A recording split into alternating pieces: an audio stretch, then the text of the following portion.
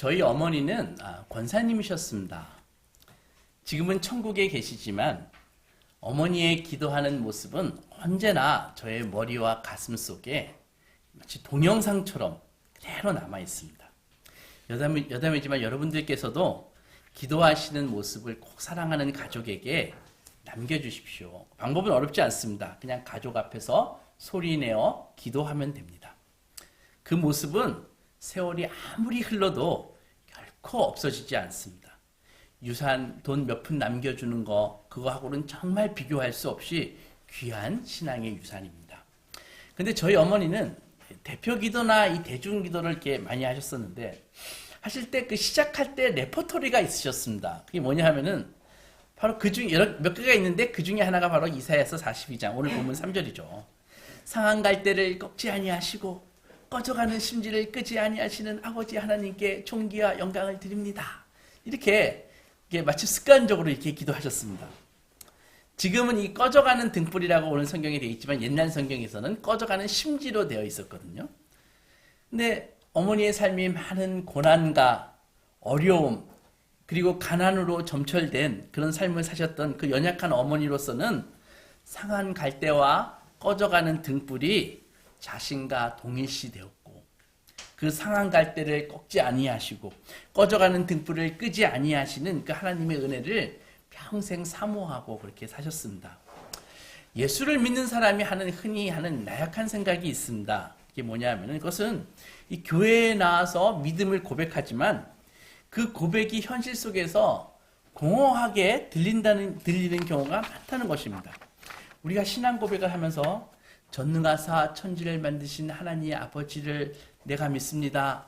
그의 유일하신 아들 우리 주 예수 그리스도를 믿습니다. 본디오 빌라도에게 고난을 받아 십자가에 못 박혀 죽으시고 장사한 지 사흘 만에 죽은 자 가운데서 다시 살아나셨음을 믿습니다. 곧 산자와 죽은 자를 심판하러 오실 것을 믿습니다. 이렇게 성도는 예수께서 나의 죄를 위하여 죽으셨고 예수께서 죽은 자 가운데서 부활하셨다라는 이 놀라운 신앙 고백을 하지만 실상 우리의 생활은 이 고백을 하지 않는 다른 사람과 비교할 때 별 차이가 없다는 것이 바로 우리가 처한 현실입니다.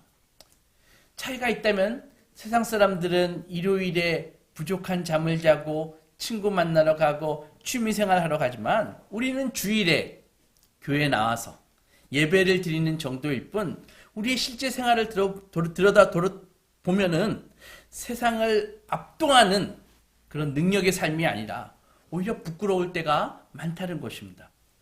성경대로 살자라고 말하는 것은 쉽지만 생각대로 잘 되지 않습니다. 하나님을 믿고 말씀대로 살자라고 다짐하는데도 정작 그렇게 살려고 하면 마음대로 잘 되지 않습니다. 오늘은 이 문제에 대해서 한번 생각해 볼 것입니다. 십계명에서 살인하지 말라라고 말씀하셨습니다. 여러분들은 이 말씀에 동의하시고 공감하시나요? 당연히 공감하실 것이죠. 그러면 이 말씀에 동의하시고 공감하는 이유가 무엇입니까? 이유는 무슨 이유? 그럼 사람의 탈을 쓰고 사람을 죽이는 것이 죽이면 쓰겠냐? 라는 생각으로 공감하십니까? 그렇다면 그것은 도덕이나 윤리적인 판단이지 기독교 신앙은 아닙니다. 다른 질문을 하겠습니다. 부모에게 순종해라 라는 말은 맞는 말입니까? 틀린 말입니까? 그게 질문이냐? 그럼 자녀가 부모에게 순종해야지 부모를 업신여길까? 그것도 마찬가지입니다. 그 말씀이 성경에 있지만 만약에 그런 이유라면 성경에 비추어 보기 전에 이미 윤리적으로 판단한 것이라는 것이죠. 바로 이 부분이 어렵습니다. 살인하지 말고 거짓말하지 말고 간음하지 말고 부모를 공경하라라는 그 말씀이 성경에만 있는 말씀입니까? 그건 아니죠. 부처님도 공자님도 같은 말씀을 하지 않았을까요? 그럼 굳이 다른 종교나 신앙 말고 기독교 신앙을 가져야 하는 이유가 뭡니까? 아니 종교를 갖지 않아도 그 정도 윤리적인 판단은 다 하고 살지 않습니까? 그러나 여러분 기독교 신앙은 우리가 납득해야 하는 대상이 아닙니다.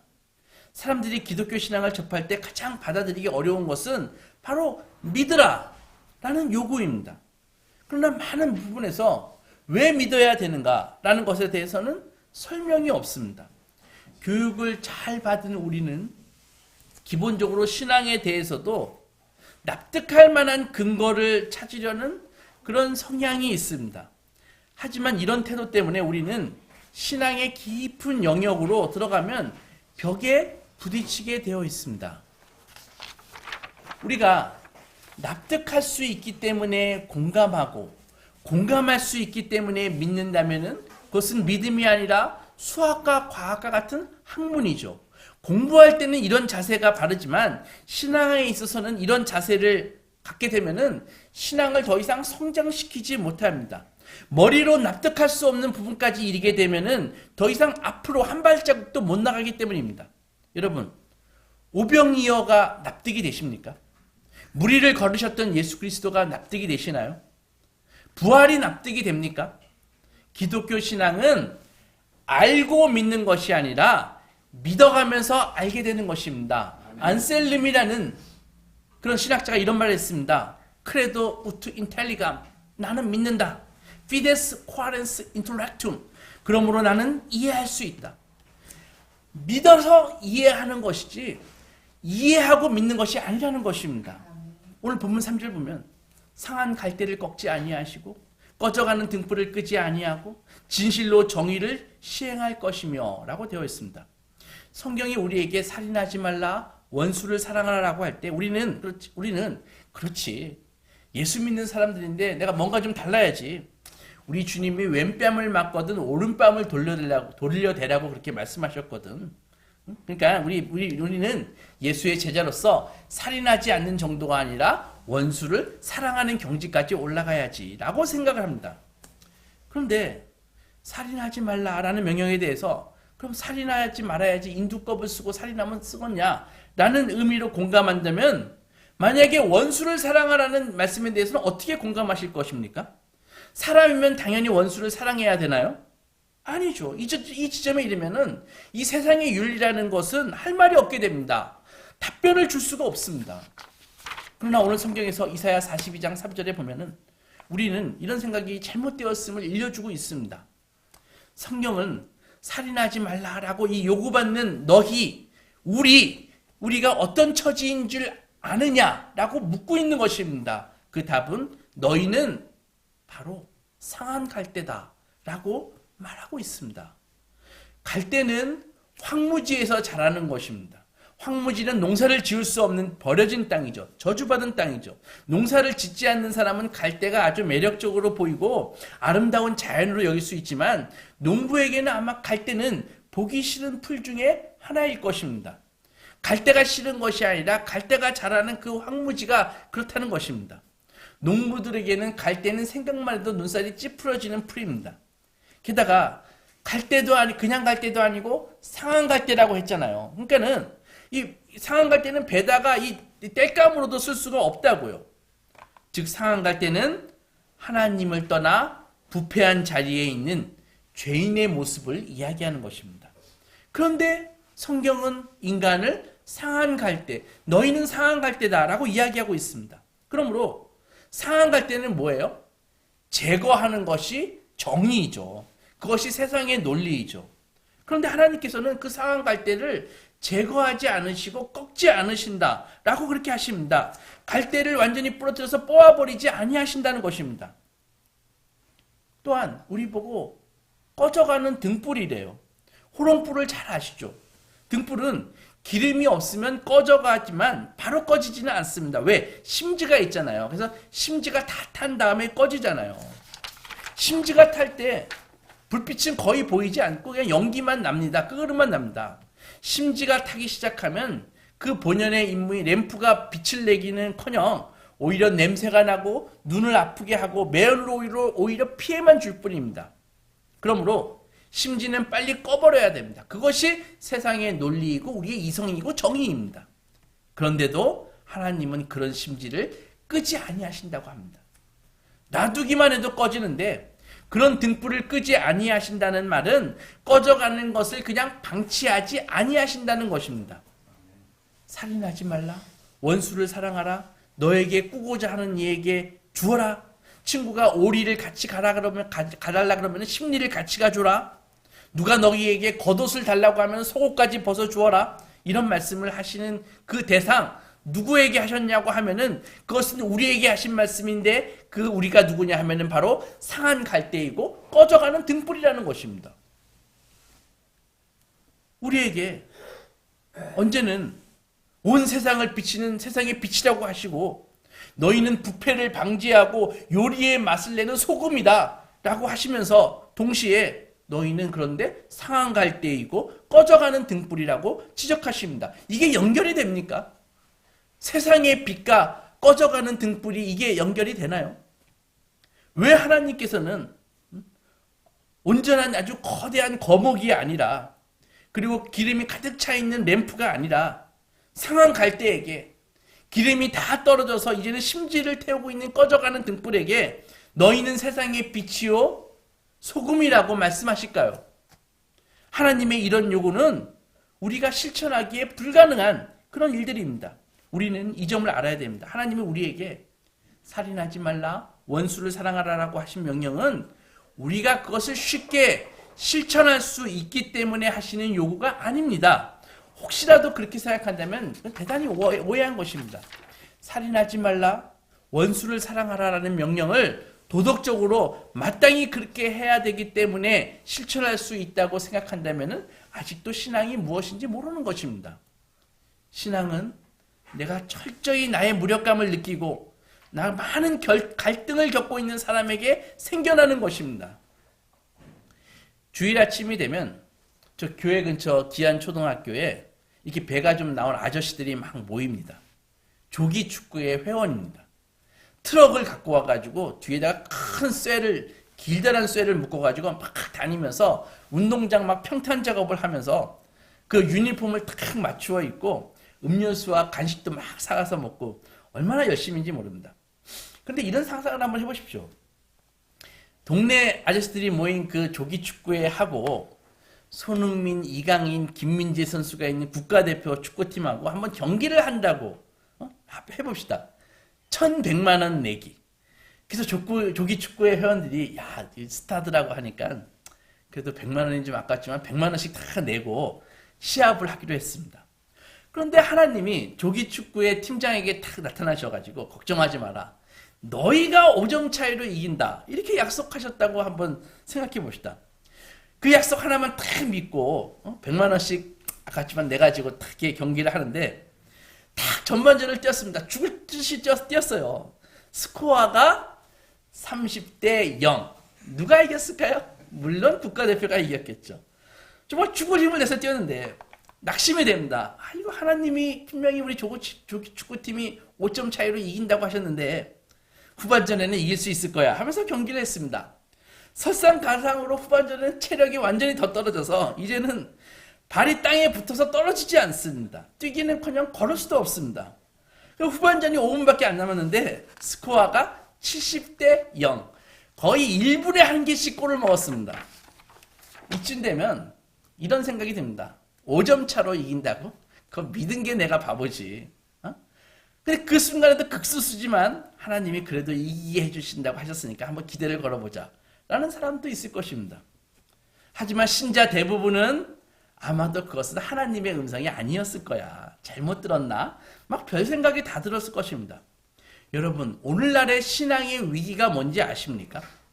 내가 해낼 수 없는 도저히 내가 해낼 수 없는 상황에 있는데 하나님은 정말 아이러니하게도 도저히 도달할 수 없는 지점을 약속하십니다. 그래서 꿰어 맞출 수가 없어요. 이 출발과 이 결승선 사이에는 오는 그 격차, 그 갈등이 그 격차 때문에 그런 갈등이 없다는 것입니다. 이것이 무엇인가라는 생각을 하지 않는다는 것입니다. 갈등이 조금이라도 보이면은 이 격차가 조금이라도 커 보이면 대부분의 사람들은 그냥 바로 세상적이고 이성적인 생각으로 정리를 해버립니다.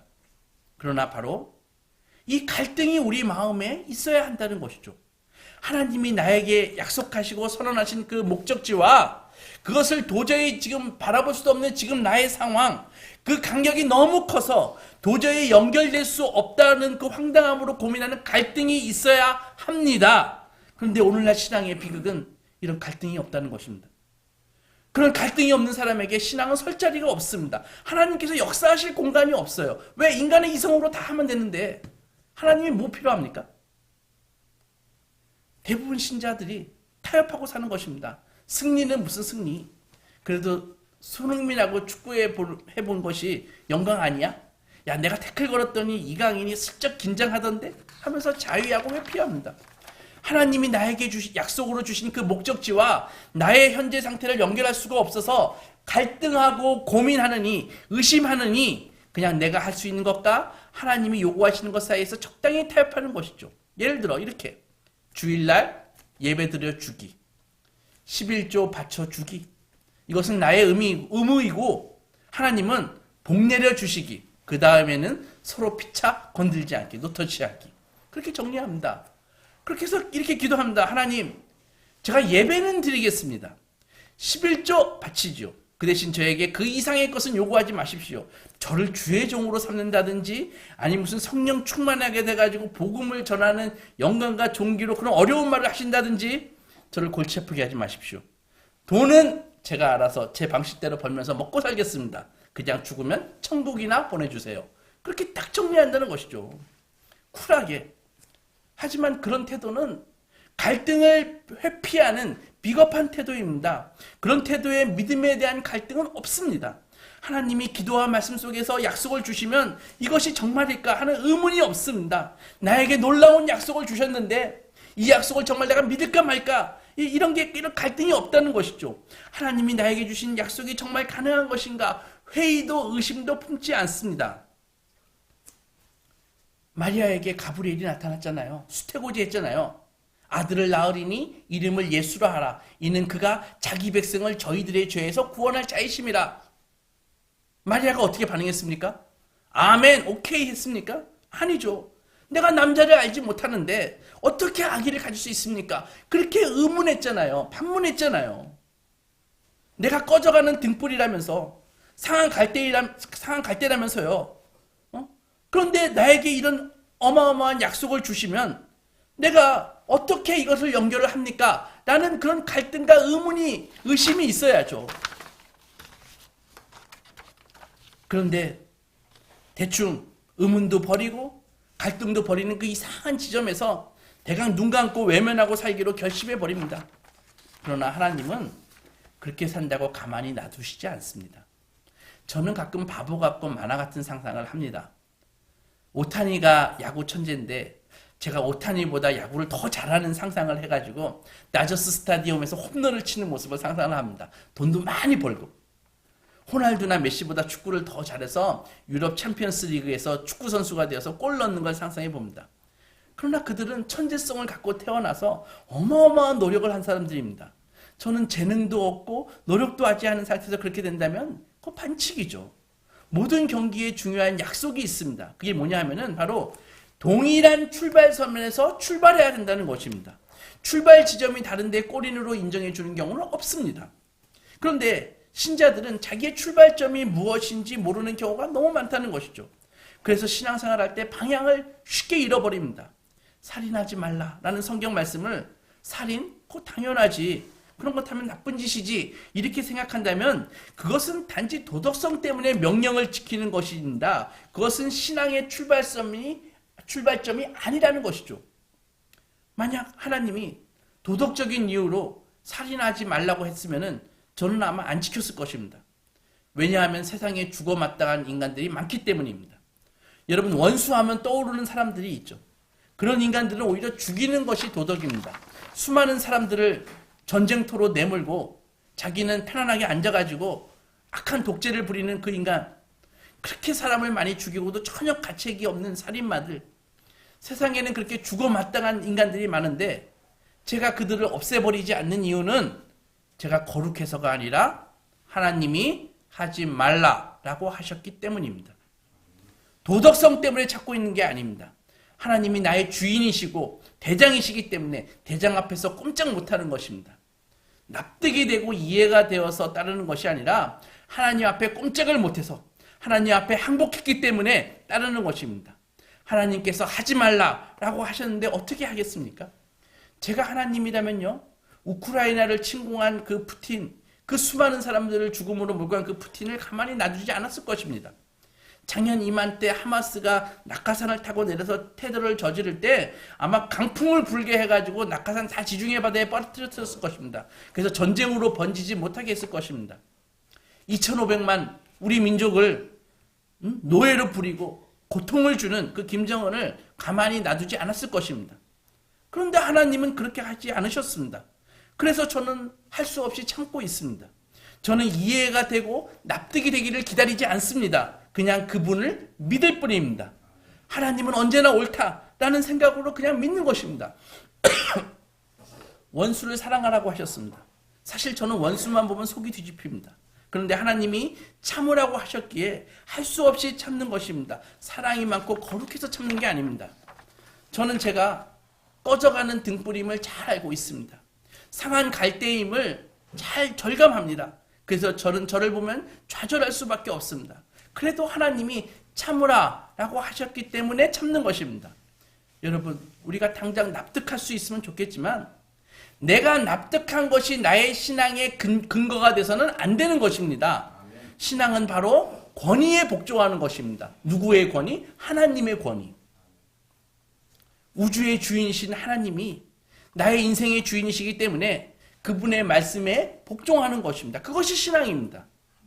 그런 면에서 현대인들은 신앙을 갖기가 참 어렵습니다.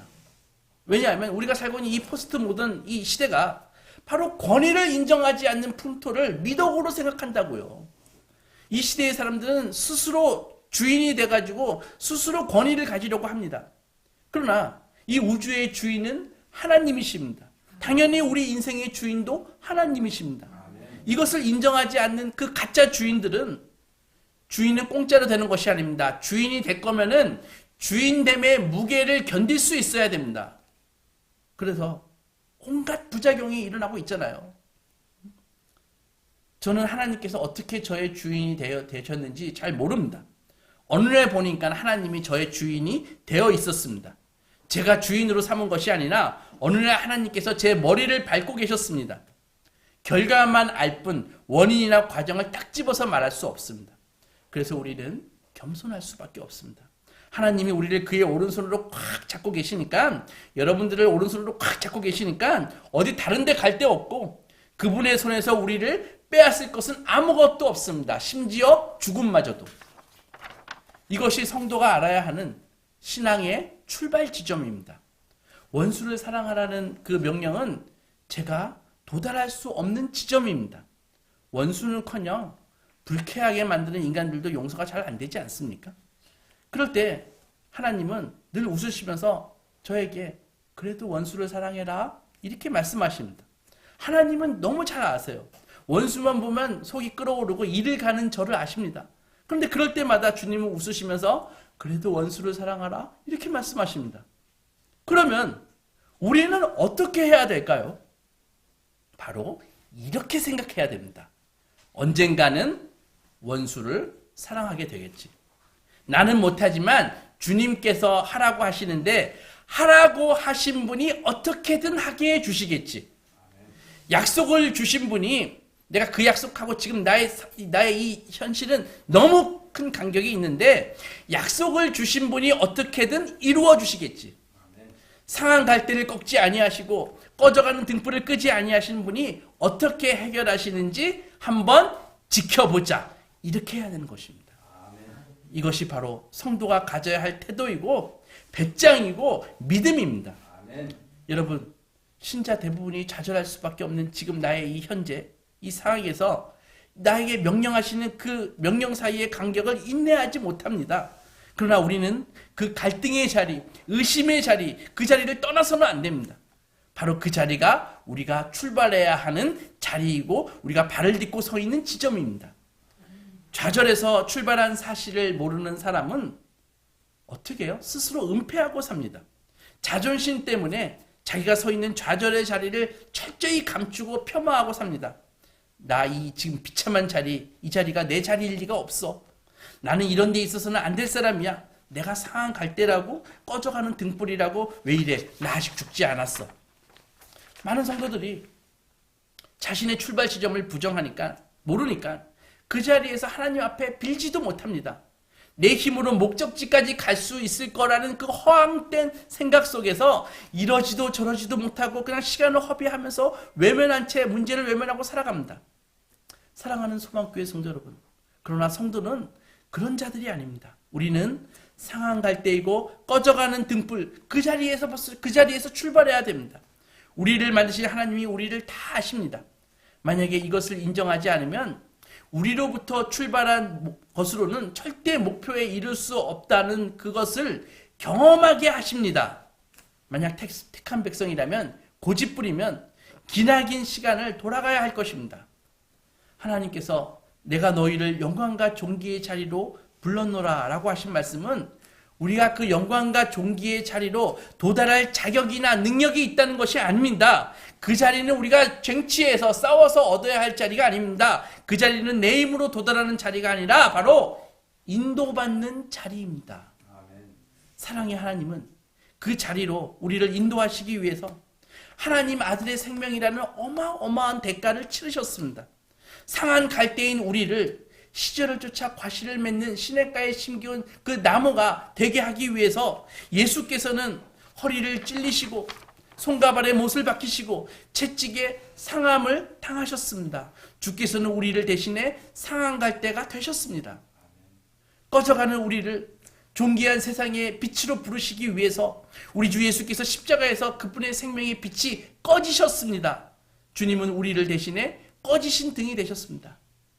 여러분, 주님께서는 우리 하나하나에게 영광과 존귀의 관을 씌우시겠다고 하셨습니다. 성도는 이것을 믿어야 됩니다. 어떻게 하실지, 어떤 과정을 거쳐서 하실지, 인도하실지 모르지만 변치 않으신 하나님께서 이렇게 약속하셨습니다. 그분의 말씀은 반드시 육신이 된다. 이 약속을 믿으십니까? 이런 배짱이 있어야 됩니다. 이것이 신앙입니다. 예수를 믿는다는 것은 우리에게 약속하신 그 하나님의 그 능력과 그분의 방법에 우리의 삶을 맡기는 것입니다. 아멘. 여러분, 하나님께서는 상한 갈대인 우리를 부르셨습니다. 꺼져가는 심지인 우리를 부르셨습니다. 우리가 잘났을 때 부르신 것이 아닙니다. 지금 우리가 서 있는 이 출발점은 하나님께서 이미 시작하셔서 예배자의 자리, 이 자리 영광과 존귀의 자리로 인도하시고 계십니다. 과거를 돌아보십시오. 정말 철저히 상한 갈대였던 우리, 꺼져가는 등심지였던 우리의 모습이 보일 것입니다. 이제 다시 하나님 앞에 우리의 자리를 고백하십시오. 하나님, 저는 여전히 상한 갈대입니다. 여전히 꺼져가는 심지입니다. 저를 도와주십시오. 불쌍히 여겨주십시오. 여기까지 온 것도 다 주님의 은혜입니다. 그런 고백을 있어야 되는 것이죠. 또한 앞으로의 삶도 하나님 앞에 과감하게 맡기십시오. 맡김이 없다면 죽는 날까지 생을 허비하게 될 것입니다. 우리의 길은 하나님께서 이끄실 것입니다. 하나님께 모든 것을 맡기십시오.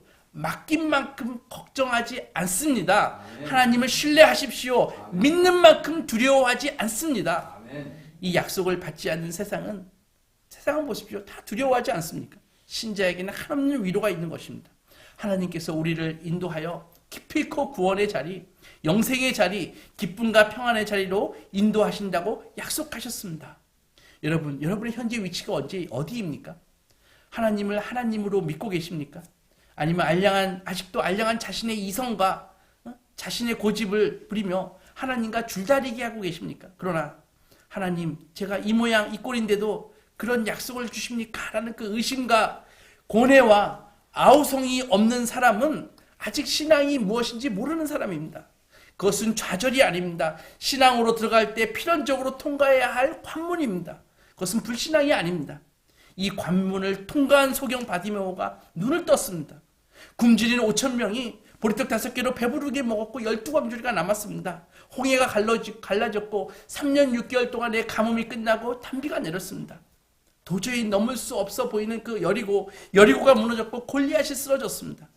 하나님의 때, 하나님의 방법으로 그 간격은 순식간에 메어져 버렸습니다.